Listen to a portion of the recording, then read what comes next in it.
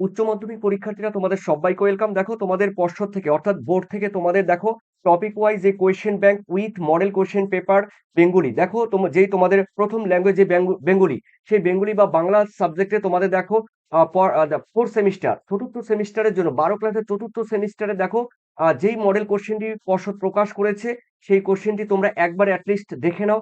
Model কোশ্চেনে কোন কোন কোশ্চেনগুলো তোমাদের গুরুত্বপূর্ণ, অর্থাৎ টোটাল মডেল কোশ্চেন তোমরা দেখে নাও। প্রথমে দেখো, দেখতেই পাচ্ছ বেঙ্গলি রয়েছে, আর 12 রয়েছে, সেমিস্টার 4 রয়েছে।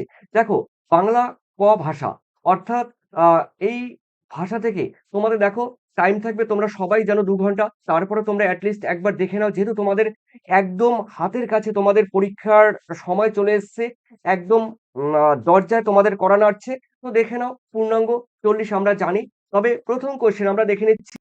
উচ্চ মাধ্যমিক বাংলা 4 সেমিস্টারের প্রথম ল্যাঙ্গুয়েজ রয়েছে দেখো অনধিক অনধিক 150 শব্দে যে কোনো একটি প্রশ্নের উত্তর তোমাদের দিতে হবে। দুটি প্রশ্ন আছে, দেখো দুটি প্রশ্নের মধ্যে যে কোনো একটি। প্রথম কোয়েশ্চেনটি আমরা দেখে নিচ্ছি, ছোট গল্প হিসেবে হলুদ পোড়া গল্পটি কতদূর সার্থক তা নিজের ভাষায় আলোচনা করো, থাকবে 5 নম্বরে। এরপরে দেখে নিচ্ছি আমরা 2 নম্বরের প্রশ্ন রয়েছে দেখো, নিজেকে বড় প্রয়োজনীয় মনে হলো হঠাৎ। দেখো কোন কথা শুনে গৌরবীর নিজেকে বড় প্রয়োজনীয় মনে হয়েছিল। দেখো গৌরবীর এমন বা এরূপ অনুভূতির কারণ বিশ্লেষণ করতে হবে। 2+3। তো দেখো তোমরা ভাগ ভাগ করে যদি এই কোশ্চেনগুলো করতে পারো তাহলে আনসার কিন্তু মানে নাম্বারটি তোমরা মানে ভালো পাবে। তো আর দেখো এখানে কিন্তু ফুললি নাম্বার 5, আর এখানে কিন্তু ভাগ ভাগ করে দেওয়া আছে পার্ট করে। এই ধরনের কোশ্চেন আনসার করলেই তোমাদের বেটার হবে। এরপরে রয়েছে দেখো তোমাদের সেকেন্ড কোয়েশ্চেন রয়েছে দেখো, অনধিক 150 শব্দের যে কোনো একটি প্রশ্নের উত্তর দাও। দেখো এখানে একটি প্রশ্নের উত্তর দিতে হবে, মান কিন্তু থাকবে 5 করে, তোমরা জানো। প্রথম কোয়েশ্চেন রয়েছে দেখো, রয়েছে প্রার্থনা কবিতায় কবি কিভাবে ভারতবর্ষকে স্বর্গে জাগরিত করার কথা বলেছেন তা নিজের ভাষায় আলোচনা করো। ঠিক আছে, পাস। এরপরে সেকেন্ড রয়েছে দেখো, তিমির হননের গান কবিতাটি কোন প্রেক্ষাপটে লেখা, আর কবি কেন তিমির বিলাসী নয় তিমির বিনাশী হতে চেয়েছে। দেখো কবি এখানে বলা হয়েছে কবি কেন তিমির বিলাসী নয়, বিলাসী নয় নয় বলা হয়েছে, কিন্তু কবি যে রয়েছে তিনি সেই কবি তিমির বিনাশী হতে চেয়েছিলেন, মানে ধ্বংস করতে চেয়েছিলেন। তো সেরকমই তোমাদের পার্ট রয়েছে দেখো 2+3।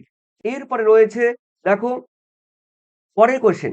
পরের দেখে নাও তোমাদের রয়েছে অনধিক 100 শব্দে 150 শব্দে যে কোনো একটি প্রশ্নের উত্তর দাও। সেম রয়েছে দেখো তোমাদের একে দাগ নাম্বার, অভিনেতা মানে একটা চাকর, একটা জোকার, একটা ক্লাউন। লোকেরা সারাদিন খেটে খুঁটে এলে তাদের আনন্দ দেওয়াই হলো নাট্যকালাদের কর্তব্য। দেখো বক্তার কথার তাৎপর্য তোমাদের আলোচনা করতে হবে।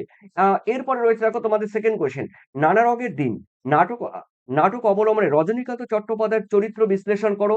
5 নম্বরে থাকবে। এরপর আমরা দেখে নিচ্ছি তোমাদের দাগ নাম্বার মেইন 4 নাম্বার, দাগ নাম্বার 4 এ কি বলেছে দেখো, এখানে রয়েছে তোমাদের দুটি প্রশ্নের উত্তর দিতে হবে, প্রশ্নের মান থাকবে 5।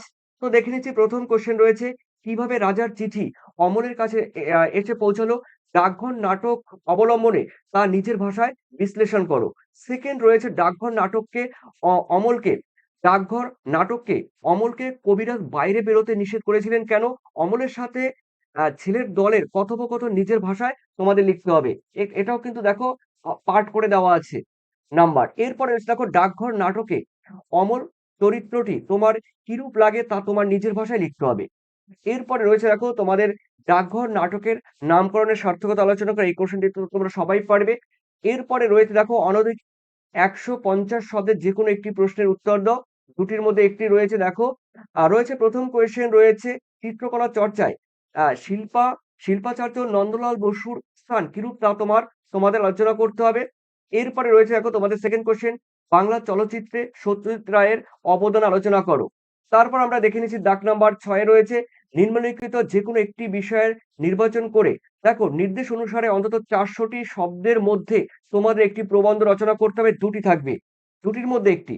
প্রথমে দেখে নিচ্ছি দেখো, প্রদত্ত অনুচ্ছেদটির প্রস্তাবনা বা ভূমিকা স্বরূপ গ্রহণ করে বিষয়ের গভীরে প্রবেশ করে দেখো পরিণতি দানের মাধ্যমে একটি পূর্ণাঙ্গ রচনা তোমাদের করতে হবে। নাম্বার থাকবে 10। পরিবেশ এবং রয়েছে দেখো বিপন্ন মানুষ। তো পরিবেশ ও বিপন্ন মানুষের উপরে দেখো তোমাদের কিন্তু এই রচনাটি অবলম্বনে রচনা তোমাদের লিখতে হবে। এরপরে রয়েছে দেখো তোমাদের সেকেন্ড, দুটির মধ্যে যেকোনো একটি তোমাদের করলেই হবে। প্রদত্ত সূত্র বা তথ্য অবলম্বনে একটি প্রবন্ধ রচনা করো। দেখো বেগম রোকেয়া, বেগম রোকেয়ার উপরে তোমাদের দেখো এই রচনাটি লিখতে হবে, নাম্বার থাকবে 10। তবে তোমাদের কিন্তু পয়েন্ট আকারে দেওয়া আছে। জন্ম রয়েছে, পিতা রয়েছে, মাতা রয়েছে, তারপরে সমসাময়িক সমাজ রয়েছে, তারপরে রয়েছে পারিবারিক বৃত্ত ও শিক্ষালাভ, তারপরে বিবাহ রয়েছে, দেখো কত বছর বয়সে বিবাহ করেছে, তারপরে রয়েছে বিবাহিত জীবন কেমন ছিল, সাহিত্য কীর্তি দেখো রয়েছে, উল্লেখযোগ্য কীর্তি রয়েছে, এরপরে রয়েছে দেখো মৃত্যু। ওকে, এই পয়েন্টগুলো দিয়ে তোমাদের কিন্তু বেগম রোকেয়া সম্পর্কে একটি রচনা, প্রবন্ধ রচনা তোমাদের লিখতে হবে। ঠিক আছে? তো অবশ্যই দেখো তোমাদের মূল্যবান অবশ্যই কমেন্ট সেকশনে আমাকে জানাবে।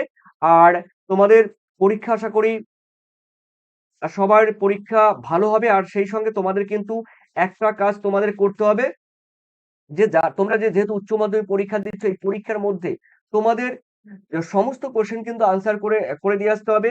আর সেই সঙ্গে তোমাদের কোনো কোয়েশ্চেন উত্তর, দু একটি কোশ্চেন উত্তর না পারলেও তোমাদের কিন্তু সেই কোশ্চেন গুলো তোমরা সম্পূর্ণ কভার করবে। অর্থাৎ খাতা সাদা রাখবে না, অর্থাৎ ব্ল্যাঙ্ক খাতা রাখবে না, তোমরা ভরাট করে দিয়ে আসবে। তার কারণ তোমাদের যা লিখবে তাই তোমরা কিন্তু নাম্বার পাবে।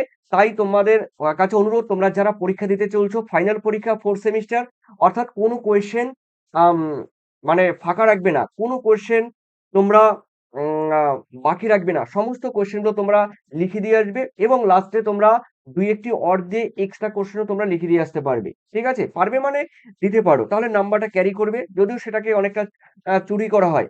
তো তারপরেও আমি বলব তোমাদের সবার পরীক্ষা যেন ভালো হয়, এই আশাই কামনা করি। ধন্যবাদ তোমাদের সবাইকে।